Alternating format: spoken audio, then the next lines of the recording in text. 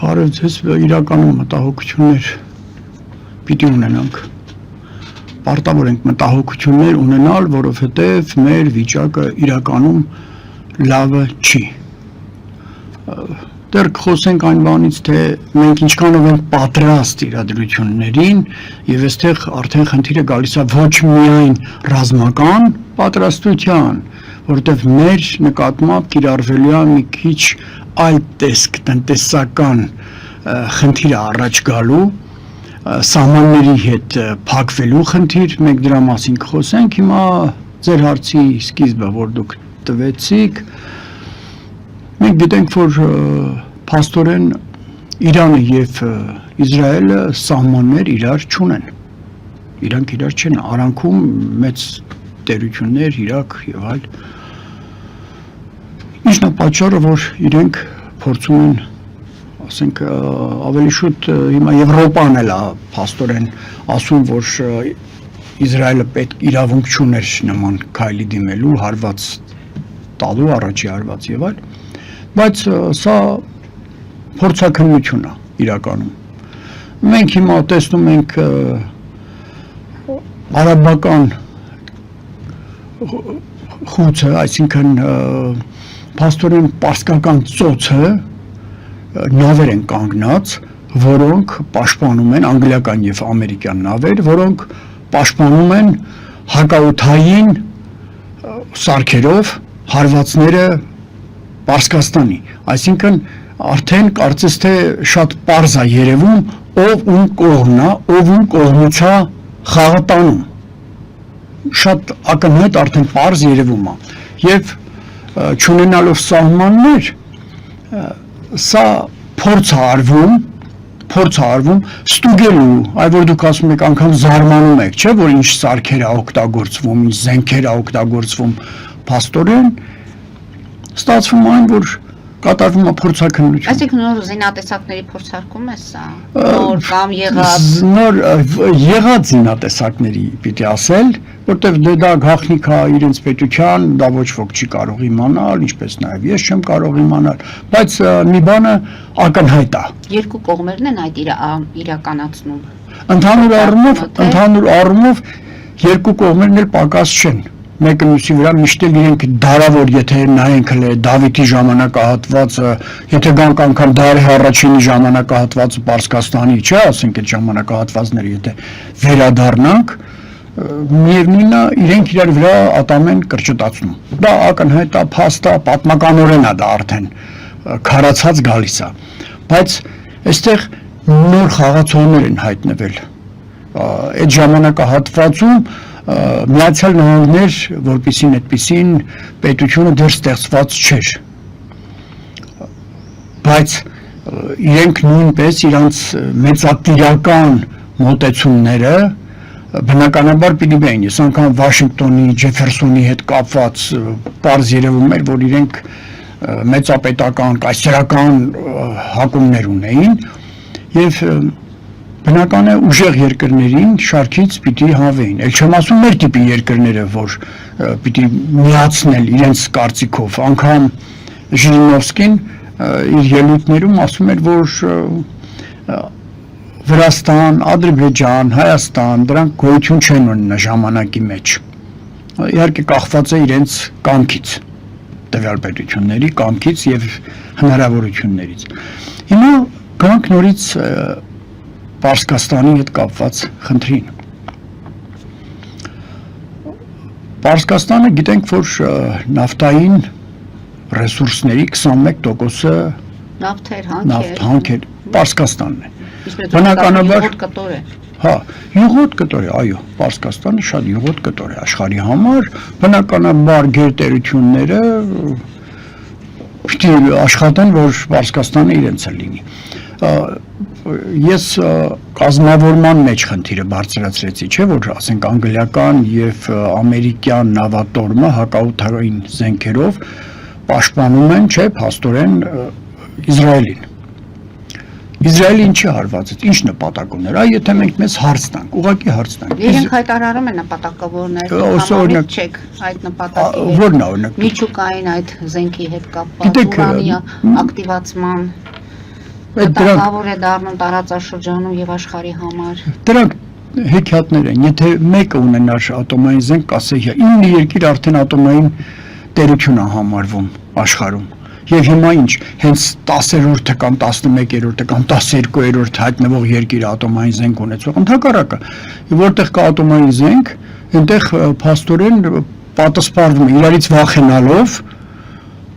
պատերազմները փաստորեն կանգ են առնում։ Հիմա ասել, որ պատճառը դա է, ես չեմ հավատում դրան։ Իսկ որն է էս։ Պատճառը նավթը, միակ բանը նավթը։ Նավթը 21% աշխարհի նավթամթերքի 21%-ը պատկանում է Պարսկաստանին։ Դե հիմա պարզ չի, որ աչքեր պիտի լինեն նրա վրա։ Իսկ ինչ վերաբերվում է Իսրայելի հարվածը, ոչ թե դա միջուկային զենքի արկայությունն էր, այլ իրականում սա փորձաքննություն էր։ Ամեն դեպքում հիմնական հարձակումներից առաջ տեղի են ունենում փորձաքննություններ, թե ինչ հնարավորություններ ունի տվյալ երկիրը։ Հիմա փաստորեն Իսրայելը փորձարկում է, թե ինչ հնարավորություններ ունի Պարսկաստանը։ Բայց սա պատերազմ համարել հնարավոր չի, որովհետև պատերազմները այն ժամանակ են, երբ արդեն զինվորները տեղափոխվում են այլ տարածք։ Այսինքն զինվորի ոտքը կպավ տվյալ պետության սահմաններից ներս, կհամարես, որ դա արդեն պատերազմական իրավիճակ է։ Սա ընդհանրապես փորձաքննություն է, եւ այս փորձաքննությունը շատ լավ հետևում է, անգամ իրեն ձեռք է տալիս Միացյալ Նահանգներին, Անգլիային ձեռք է տալիս։ Ինչ վերաբերվում է, որ այո, հատուկ տիպի զենքեր են օգտագործվում, շատ տհաճ է, բայց մարդկությունը առաջ է գնում եւ միշտ արդեն ասում են, որ եղել է մեր 3-րդ կամ 4-րդ ցիվիլիզացիան է, որը աշխարհը ունեցել է։ Եվ կարող է եւ գա մի օր, որ սա նույնպես չլինի, այսինքն ատոմային զենքերի օգտագործումով վերանա 3-րդ համաշխարհայինով վերջանա նաեւ մեր տիպի ցիվիլիզացիայի վերջը։ Դուք ասում եք, որ սա փորձաքննությունը երկու կողմերն էլ այդ փորձաքննությունը անց են կացնում, այսինքն ինչ որ ավելի մեծ իրադարձություններից առաջ։ Իսկ այդ ավելի մեծ իրադարձությունը ովքեր են լինելու մասնակիցները եւ այդ ժամանակ ում ինչ է հարկավոր լինելու։ Հիմա ասում եք, որ նավթն է պատճառը։ Նավթն է պատճառը, որովհետեւ 21% կարծում եմ դա լուրջ տիպ է, քիչ չի։ Բնականաբար մասնակցելու են գերտերությունները, իհարկե այստեղ Ռուսաստանին կարող ենք հանել, որովհետև ինքը ունի իր նավթամթերքը, ինքը դրա կարիքը չունի, անգամ անհրաժեշտություն չեմ տեսնում նրա կողմից, բայց ասենք ես ավելի շատ չեմ ուզում խորանալ, ինչի Հայաստանը չճանաչեց Արցախը, որտև Արցախը անհրաժեշտ էր հենց Պարսկաստանի հյուսիսից հարվածներ տալու համար, որում Թավրիզի հարձակումները հենց բարձ իրանագետներն ասում են, որ բարձ երևում է, արդեն գիտեք քարտերը բացվում է, այլ գաղտնիքներ համարյա թե չեն մնում։ Հիմա ես պիտի խոսեմ այսպես, արեք լացենք մեր դարդը։ Մենք ինչ խնդիրներ ենք ունենում տվյալ պարագայում։ Չէ՞ որ մենք իսկապես խնդրի առաջ ենք կանգ առնում։ Մեզանից ուզում էին այդ ճանապարհ կոչվածը, չգիտեմ, միջանցք էինք անվանում, թե ոնց, կարևորը սա չէր։ Հիմա փաստորեն Միացյալ Նահանգների փոքր ընկերները, Թուրքիան, բարձրորոշ տեսնում է, ոնց կարող է միացնել Ադրբեջանին, այսինքն Կասպից ծովով պանթուրքիզմի մեծ ծրագիր իրագործելու խնդրին։ Այդ պարագայում տեսեք, հիմա եթե պատերազմ սկսվեց, արդեն սահմանային պատերազմներ սկսեցին, այսինքն մեր Ֆիզուլի կողմից, Ջաբրայելի կողմից, եթե պատերազմներ սկսեցին Պարսկաստանի վրա, գուցե եւ արդեն զորք մտցվի Ես չգիտեմ որ զորքերը կոալիցիայի զորքերը կմտնեն այդտեղ, բայց եթե մտան, փաստորեն Հայաստանը զրկվելու է Պարսկաստանի հետ կապից հենց մեր հարավում։ Դա նշանակում է, որ մեր խնդրումը կմեծանա ինչով։ Եթե չեղավ այդ ճանապարհը, փակվեց ճանապարհը, իսկ դրա նպատակը ունի նաև Թուրքիան։ Մենք ակնհայտ գիտենք դա։ Փակվեց այդ ճանապարհը։ Սյունիքը ինչ է անում։ Ինչով է ապրելու։ Հիմնականում այդ ճանապարհի վրա անցումները աշխուժացնում են, ապրելու հնարավորություն են տալիս հայ մարդուն Սյունիքում։ Եթե չեղավ, ինչ է կարծում, մի 10 տարի հետո, լավ 20 տարի հետո, չասենք կարճ ժամանակահատված, չնայած ես համոզված եմ, որ դա փակվելու պարագայում 2 տարի հետո Սյունիքը տեղափոխվելու է դեպի Երևան։ Չնայած այդ էլ դեռ հարցական է, մեր ճանապարհները կփակվեն անգամ Վրաստանից, թե ոչ, դա նույնպես։ Այսինքն մեզ իրենք ուզում են ոչ թե արդեն զինվորական ասույթներով ասել, որ կվերանանք, այլ տնտեսական։ Մենք ինչ պիտի վաճառենք, սահմաններ չունենք, անցումներ չունենք։ Պարոն Մինասյան, փաստորեն բանից բացում է Արցախը միայն մեզ պետք չի եղել։ Արցախը գիտեք ժամանակին անվտանգության տեսակետից այո, հենց ժամանակին այդ նույն ողջավորված ինչ որ շնորհավորումներ Ադրբեջանին 44 պատերազմից հետո ինչի կարծում որ բոլորը մեր բարեկամներն են։ Մենք բարեկամներ չունենք, ընդհանրապես բարեկամներ չկան, պետք է լինեն հուսալի գործընկերներ, վստահելի։ Բարեկամներ չկան, դրանք հեքիաթներ են, որ ամեն անգամ խափում են։ Գիտեք ինչ, ոնց որ դուք հույսը դնեք ձեր հարևանի վրա, առավոտ իրար հետ սրճում եք, շատ լավ հարաբերություններ եք, բայց երբ որ փորձում եք նրան ասել, որ այ քո հողատարածքից, ասենք սեփական տներ են, կամ ասենք այ 1000 դրամ փող տվեք ինձ, կտան, բարեկամը կտա, լուրջ բարեկամը, բայց չկա այդպիսի լուրջ բարեկամություն, ես չեմ հավատում,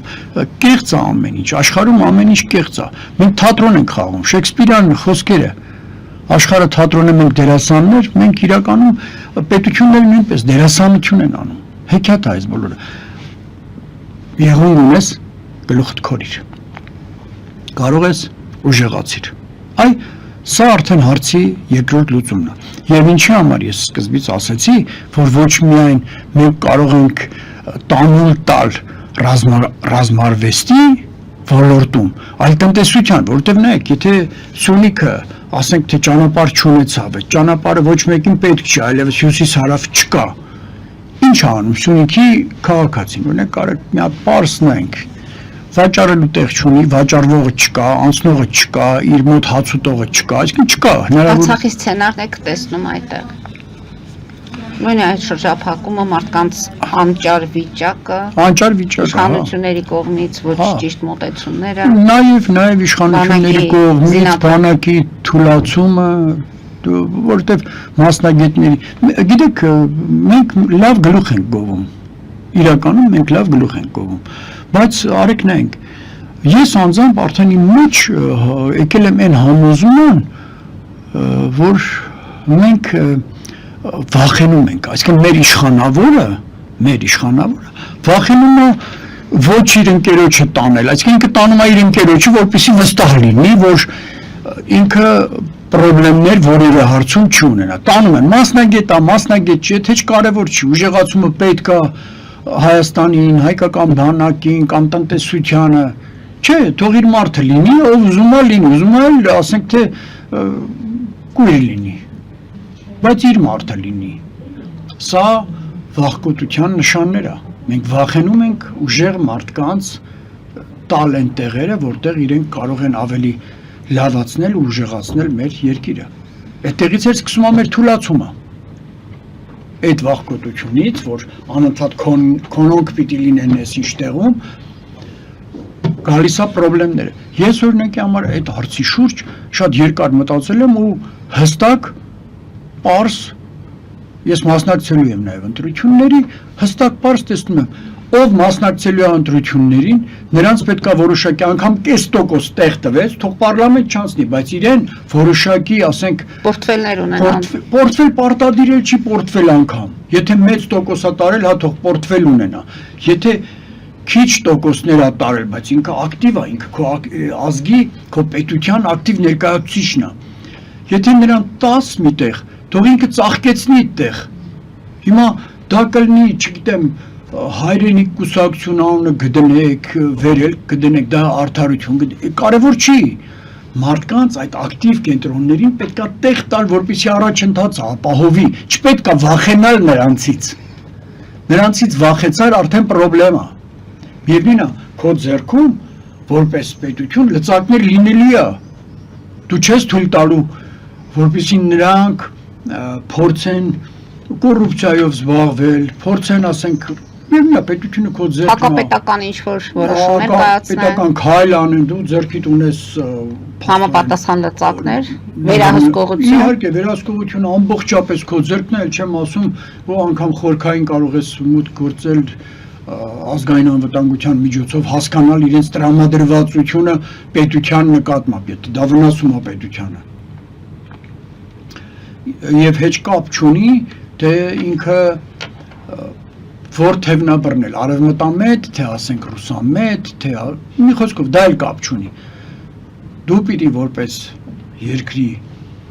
տեր նայես նեյտրալ ամեն ինչին։ Նայես ճկուն քաղաքականությամբ։ Ճկունություն պիտի ցույց տաս։ Եթե չկա այդ ճկունությունը, չկա եւ պետություն։ Դա բերելու է ինքնազսպման, ինքնասահմանափակման, հնարավորությունների կործանման։ Այդպես մենք հնարավորությունների կործանում։ Հիմա դուք տեսնում եք Իրան-Իսրայել, ասում եք հիմա փորձաքննության շրջանում են։ Նրանց հնարավորությունները անսահմանափակ է, թե կարող է մի պահ կանգ առնել եւ ինչպես եք տեսնում, խոսում են 2 շաբաթվա մասին, խոսում են 10-ից ավել կամ չի կարող պատասխանել Տիկին Մարի։ Որևէ մեկը այդ հարցին պատասխանել չի կարող, որովհետեւ դա արդեն պետական մեծ պետությունների, պետական այրերի գծած գծագրի։